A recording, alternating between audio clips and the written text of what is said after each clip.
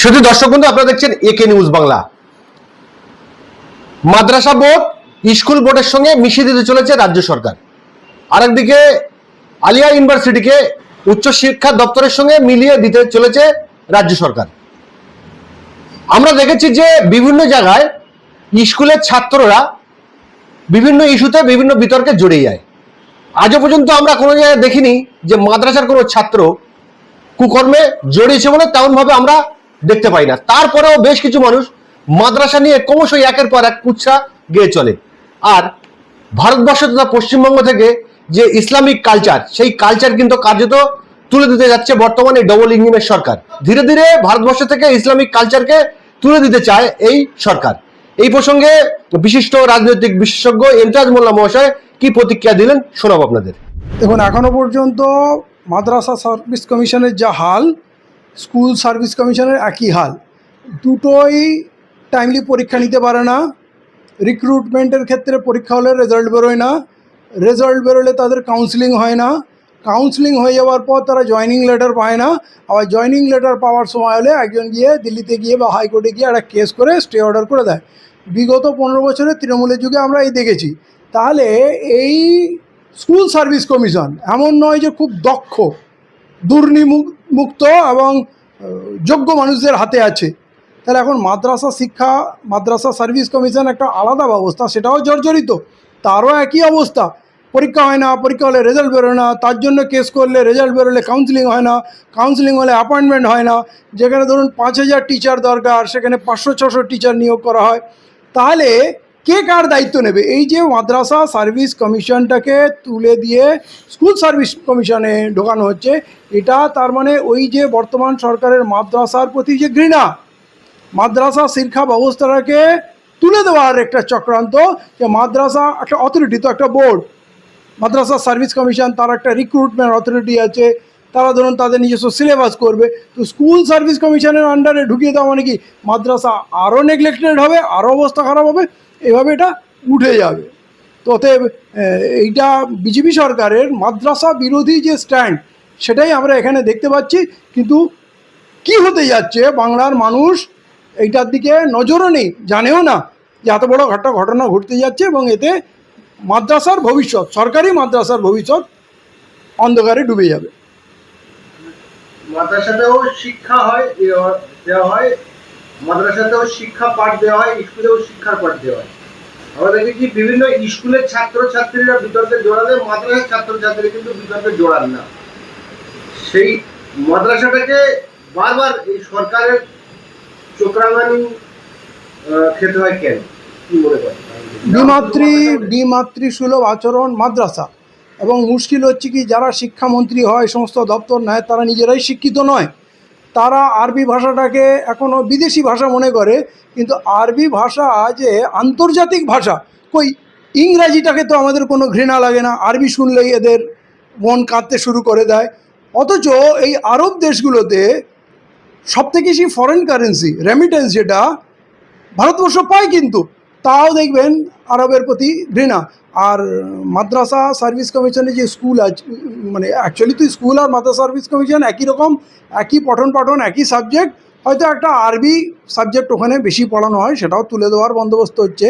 দুটোই সরকারি ব্যবস্থাপনায়। এবং মাদ্রাসাতেও প্রায় অর্ধেক অমুসলিম ছেলেরা পড়াশোনা করে, যেমন কি স্কুলেও মুসলিম ছেলেরা অমুসলিম পড়ে, আবার মাদ্রাসায়ও শিক্ষক, এমনকি হেডমাস্টার, তাদের মধ্যে প্রায় অর্ধেক অমুসলিম। কিন্তু শুধু মাদ্রাসা থাকার জন্য যার একটা বিমাতৃসুলভ আচরণ, এবং মাদ্রাসার ছেলেরা স্কুলের ছেলেদের থেকে অপেক্ষাকৃত ভদ্র, সভ্য, নিরীহ হয়। এটা কেন হয় সেটা হয়তো সেখানকার শিক্ষকদের যে কালচার, তাদের ট্রেনিং, তাদের পঠন পাঠন, তাদের আদর্শ নীতি চরিত্রের প্রতিফলন বাচ্চাদের উপরে পড়ে। বা মাদ্রাসা মনে এমন একটা মুসলিম সমাজে ফিলিংস আছে, যেখানে আমার ছেলে মানুষ হতে যাচ্ছে, হয়তো বাচ্চার উপরেও তার প্রভাব পড়ে যে আমি মাদ্রাসার স্টুডেন্ট, আমি কিন্তু খারাপ কিছু করলে আমার উপরে আঙুল উঠবে, মাদ্রাসার উপরে আঙুল উঠবে। হয়তো মাদ্রাসা শব্দের প্রভাব তাদের চরিত্রে পড়ে। এবং এইটা সম্পূর্ণ অপপ্রচার। এবং আমি স্কুলের ক্ষেত্রেও যে কিছু কিছু ছেলে করে, আমি সেইটাকে একদম ব্র্যান্ডেড করতে পারি না যে স্কুলের ছেলেরা এরকম হয়। স্কুলের থেকে তো অনেক ভালো ভালো ছেলে সরকারি উচ্চ পদে যাচ্ছে, সমাজে ভালো কাজ করছে, এবং সেখান থেকে অনেক সামাজিক কর্মী, আন্দোলন কর্মী, সেখানে কৃষক, শ্রমিক, সর্বস্তরের মানুষ আছে। অতএব আমি স্কুলটাকে ওইভাবে দেখবো না যে স্কুলে যা হচ্ছে সব খারাপ হয়ে যাচ্ছে আর মাদ্রাসায় যা হচ্ছে ভালো হচ্ছে। হ্যাঁ, মাদ্রাসার সংখ্যা কম, স্কুলের সংখ্যা বেশি, অতএব স্কুলে ঘটনা হয়তো কিছু বেশি ঘটে, মাদ্রাসায় ছিটপুট হয়তো ঘটে বা তেমন ঘটে না। কারণ মাদ্রাসার যে শিক্ষা ব্যবস্থা, মাদ্রাসায় দেখবেন মুসলিম সমাজের খুব দরিদ্র নিপীড়িত পরিবারের ছেলেরা যায়, তো তারা এমনিতেই সামাজিকভাবে নিরীহ হয়, ঠিক আছে। আর স্কুলে কি হয়, বড় লোকের ছেলেও যায়, ডাক্তার ইঞ্জিনিয়ারেরও ছেলে যায়, পুলিশের ছেলেও যায়, মানে ওই সমাজের ছেলেরা, তারা এমনিতেই আত্মবিশ্বাসী হয়, ডাংপিটে হয়, বদমাইশ হতে পারে, কারণ তাদের মধ্যে আত্মবিশ্বাস, আমার বাবা ডাক্তার, আমার বাবা টিচার, আমার বাবা মোড়ল, অমুক তমুক। কিন্তু মাদ্রাসায় যারা যায় তারা দুর্বল আর্থিক ব্যাকগ্রাউন্ড থেকেই যায়, অতএব তারা সামাজিকভাবে এমনি নিপীড়িত থাকে, দরিদ্র থাকে, এবং তাদের মধ্যে সেই অহংকার থাকে না যে আমি টিচারকে গিয়ে মেরে দেবো, স্কুলে গিয়ে আন্দোলন করে দেবো।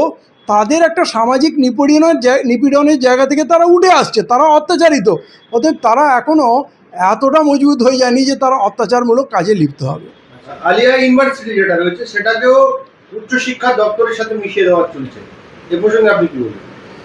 এটা চেষ্টা চলছে, কিন্তু আলিয়া ইউনিভার্সিটির একটা মাইনরিটি স্ট্যাটাস আছে, যেখানে সংখ্যালঘু সমাজের ছেলেরা একটা রিজার্ভেশন পায় এবং সেখানে ভর্তির ক্ষেত্রে সুবিধা পায়। উচ্চশিক্ষা দপ্তর তার কাছে এত ইউনিভার্সিটি আছে, এত কলেজ আছে, তারা অত্যধিক চাপে আছে। এমন নয় যে সমস্ত ইউনিভার্সিটি কলেজে দুর্ধর্ষ পড়াশোনা হচ্ছে, খুব ডিসিপ্লিন আছে, সব কিছু আছে, কিন্তু আলিয়া ইউনিভার্সিটি যেহেতু মাইনরিটি স্ট্যাটাস প্রাপ্ত, এর একটা আলাদা কনস্টিটিউশন আছে, এর একটা আলাদা বোর্ড আছে, এবং রাজ্যের যে সংখ্যালঘু দপ্তরের যে ফান্ডিং আছে সেখান থেকেও একটা এরা সুবিধা পাওয়ার সুযোগ আছে। যেমন ইউজিসির আন্ডারে ইউজিসিরও একটা গ্রান্ট এরা পাবে, তাহলে এই ফ্যাসিলিটিগুলো এরা হারাবে, এবং উচ্চশিক্ষা দপ্তরে যাওয়া মানে যদি মাইনরিটি স্ট্যাটাস উড়ে যায়, তখন দেখবেন হয়তো এখানে মুসলিম ছেলেরাও অ্যাডমিশনের ক্ষেত্রে বঞ্চনার শিকার হবে, এবং ভবিষ্যতে আরও হায়ার স্টাডিজ ক্ষেত্রে, বিভিন্ন ক্ষেত্রে তারা যেমন বড় বড় ইউনিভার্সিটিতে গিয়ে ছাত্ররা ভর্তির সুযোগই পায় না, অন্তত এখানে মুসলিম ছেলেরা একটা পার্সেন্টেজ পর্যন্ত ভর্তির প্রায়োরিটি পেত, এবং সেখানে একটা ইসলামিক পরিবেশ আছে।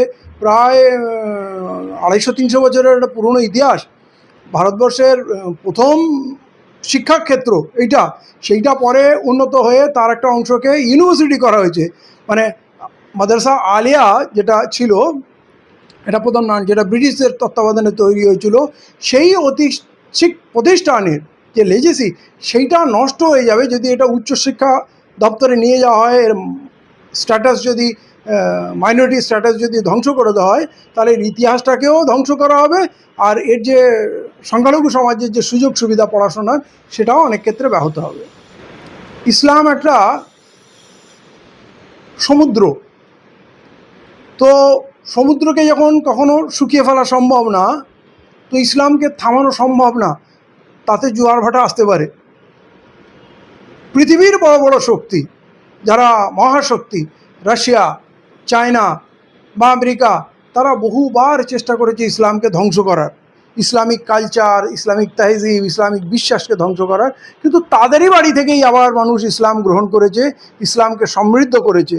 যেমন ধরুন চেঙ্গিজ খান, তার আয়াত ছিল, প্রতিজ্ঞা ছিল যে আমি পৃথিবীর থেকে ইসলামকে মুছে দেবো, কিন্তু তারই বংশধর, হালাকু খানের বংশধর, তারা কিন্তু ইসলাম গ্রহণ করে আবার তারাই কিন্তু ওই মঙ্গলদের মেরে কেটে ধ্বংস করে দিল, কিন্তু ইসলাম থেকে গেল।